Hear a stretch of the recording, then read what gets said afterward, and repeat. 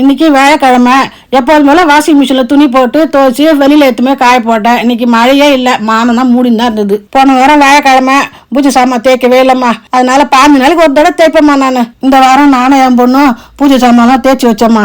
நான் தனியே தேய்ச்சேன்னா 2 மணி நேரத்துக்கு ஆகும். அதனால என் பொண்ணு என் கூட சேர்ந்து தேய்க்கும்.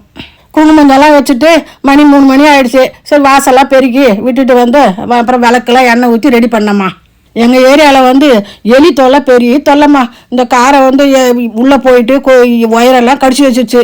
அதுக்காக டெய்லி புயலை வைப்போம்மா. எங்கே எடுத்து வந்தாலும் புயலை வச்சுட்டு தான் மூடி வச்சுட்டு தான் உள்ளே போய் வேலை செய்யணும், எந்த வேலையாக இருந்தாலும்.